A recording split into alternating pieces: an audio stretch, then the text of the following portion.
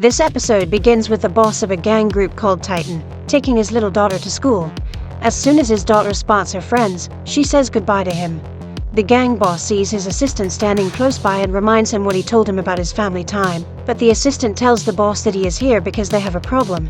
The scene takes us to a large prison for superpowered beings, where we see guards giving each of the prisoners food. We see Multipole at the prison. Multipole looks around the prison environment. Just as he confirmed that everyone is asleep, he decided to go ahead with his escape plan.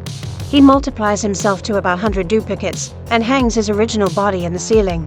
He then makes so many copies of himself and uses the bodies to put so much pressure on his prison cell.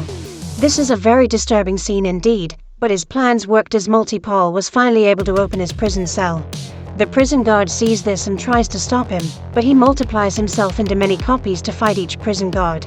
Everything was at his advantage for a while, until some special agent shows up and puts a collar on his neck. This collar restricted him from using his powers, and by this way, they knocked him out. Kate visited her brother Multipole in prison to tell him how stupid he is for trying to break out from prison. She was really close in convincing Cecil to make him join their superhero team to make up for all the shits he has done, but because of his escape attempt, they are just gonna add years to his sentence. Paul tells her that people like them don't serve sentences, but Kate tells him to face the reality. Even the Order already tried to break him out, but failed. Paul feels he is too useful for the Order to forget about him, but Kate tells him that the Order are not his friends, they only use him. After they argue for a while, Kate tells her brother that their dad's birthday is this week. We then get a flashback when their dad ran mad, because he couldn't bear taking care of them when they were little. Some agent showed up and took him to a psychiatrist hospital, while Kate and Paul were taken to the lab by the government where some scientists studied them, and they were later placed in the military, as the government turned them into his weapons to fight war. But one night, Paul escaped and joined the Order, where he became an assassin for them. Kate tries to make her brother understand that him being a member of the Order is a bad choice, because he murders people for them, but Paul was like, at least they're honest about who they are, and they pay him very well. Kate tells her brother that she is just trying to get him out, but Paul tells her that he himself cannot leave the Order even if he wanted to. He tells her their situation are alike, because just like the GDA she works for, they don't abandon tools they're not done with yet. The scene changes to Mark's house. Just as Oliver helps Debbie to arrange pancakes for breakfast, they call Mark out to join them. Mark noticed Oliver has grown much more bigger. They hear a knock at the door and the person turned out to be Eve. She was actually with Mark all night at his bedroom, but she left his bedroom through the window and came through the front door acting like she is just visiting them, so Debbie won't know they made out. She joins them for breakfast, where Debbie asks Mark how his night was, but Oliver spills the beans, telling Debbie that Mark and Eve had a sleepover. They made too much noise in the bedroom and that woke him up from sleep. Mark tells Debbie that he wants to move out with Eve to a new apartment, and since she's dating a guy called Paul, it will be better if he is not walking in on them whenever he comes home from a big fight. Debbie understands that Mark is now an adult and can now make his own decisions, but she isn't happy because she doesn't want him to leave. Even Oliver isn't happy because he will have no one to hang with him, but Mark tells them he is not leaving forever, he will just be like 5 seconds flight away. At the roof of the apartment, Mark tells her his decision for moving in with her is because they won't have to be sneaking around anymore, and make out freely, and Eve is really happy about this, because nothing will make her more happier than waking up next to his handsome face. The only problem is getting the apartment, but Mark tells her he will find a part-time job so he can pay the money for rent. Eve turns out to have a plan for the job Mark can do.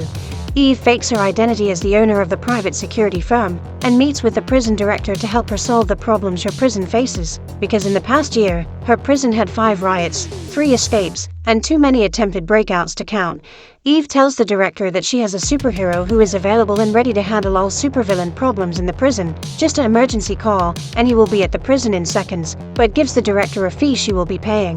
On the other hand, the boss of the Order called Lou scolds Titan for failing to break out Multipole from prison. Titan tells the boss of the Order that he has tried and it's now impossible to break out their assassin Multipole from prison, since the prison just hired a superhero. Lou threatened Titan that if he doesn't break out Multipole from prison in 24 hours, they will hurt his little daughter Fiona. Out of fear, Titan rushed to his apartment and asks Nessie, his wife, for their daughter's whereabouts, but he's so much at relief when his daughter comes out from her room and hugs him. Fiona tells him how an old man bought cookies for her. He tells her that she should stay at home with her mom from now on, until he tells her otherwise. At Mark's room, Mark tells Eve how awesome she is because he doesn't even know how to set up his email, but she created a whole business for them, but Eve tells him to thank her after they get their first paycheck. Debbie knocks at Mark's room and informs Mark that Oliver has disappeared from the house. Titan asks his assistant that if Lou wants multi-pole so bad, why doesn't he go get him himself? But his assistant tells him the Order can actually break Paul out themselves, but they want to see if he is going to play the ball with them or not. They want to test him if he can do as he is told. Mark and Eve goes out to search for Oliver. Mark is worried if someone kidnapped him, or could it be whoever that was spying on them? They see Oliver playing with some kids and goes to observe what he is doing behind a tree. Oliver uses a skateboard to fly above the kids, but they tell him he's cheating because he is doing it with his powers. Mark sees this and is so happy that Oliver has finally made friends, like just normal friends, and they are just playing. While Oliver and his friends were playing, some bully shows up and tells Oliver and his friends to leave the park for them to skate. They mock Oliver for being purple and push him to get lost, which made Oliver really angry. Mark tries to come out, but Eve tells Mark to just watch. Confident that Oliver can handle the situation well, Mark is afraid that Oliver might kill the bullies, but Oliver uses his speed to pull down the bullies' pants, making them all to run in shame. While Ray watches TV, Rex surprises her as he prepares dinner for her himself. Ray has always wanted a normal home-cooked meal, so Rex decided to make her dream come true. It turns out he likes Ray, and wants to impress her in the best way he can. Ray enjoyed the meal and held his hands in appreciation, as they both enjoyed the meal. On the other hand, Titan pays a visit to Machine Head in prison, where he asks for his help on how to defeat the Order. But since Titan got to where he is by backstabbing Machine Head, he isn't interested in advising Titan on how he can get out of the sticky situation. He does hint that if Titan gets him out of the prison, and gives him 5-star service for his machine parts, he might just change his mind. Mark tells Debbie about everything he saw last night. Debbie is shocked hearing Oliver has friends who didn't make fun of him for being purple. But Debbie is still afraid because Oliver might end up hurting the bullies if they come back again, but Mark is confident that Oliver isn't like that, and tells Debbie to just let Oliver have a normal kid life. Mark gets an emergency call from the prison and hurries there. Titan appears to be attacking the prison, but is to gain Mark's attention.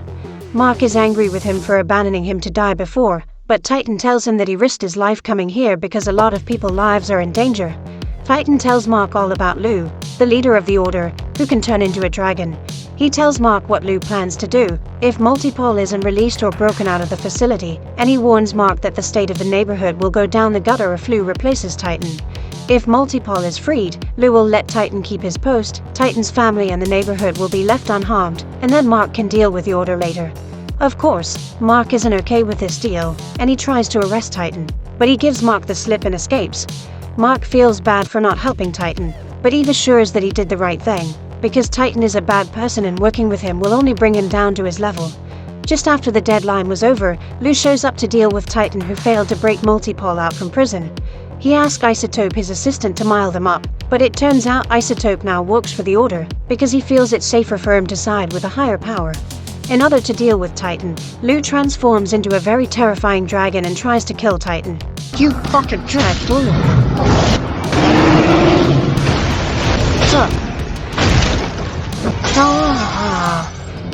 Titan struggled really hard, but he is no match, and he ended up being thrown off the building. Lou decided to go rescue Multipole himself, as he heads straight to prison in his dragon form. Mark gets the news and decided to go help. He doesn't want Eve to follow him because he screwed up, and doesn't want her getting hurt because of his mistakes, but Eve reminds him that they are both in a relationship, and anything they do together. Dragon attacks the prison and begin killing everyone, but Mark and Eve suddenly shows up to stop him. Mark and Eve try so hard to finish him up, but the dragon's body is just impenetrable. During the fight, Dragon destroys the prison building, and all the prisoners including Machine Head use the opportunity to escape. Multipole is able to use all his strength to break the collars around his neck, but he stops them from escaping apart from Multipole, who used his duplicate bodies to deceive her. The dragon bites Mark, making him really angry. Mark flies to the sky and uses his strength to punch through the brains of the dragon, but the dragon body healed up immediately. Just as the dragon is about to finish up Mark, Machine Head is able to kill Lou body, and the dragon died as well. Just after the fight, Mark feels it might be a bad idea to just move out.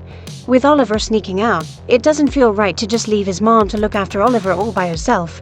Oliver is his responsibility too. Debbie tells Mark that she is going to follow his advice by letting Oliver to be a normal kid. Mark tells Debbie his decision of not moving out anymore, which made Debbie so happy.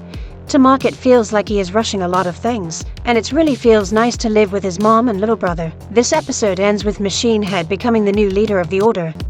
Thank you for watching, guys. Next episode as usual next week. Subscribe so you won't miss out. Bye.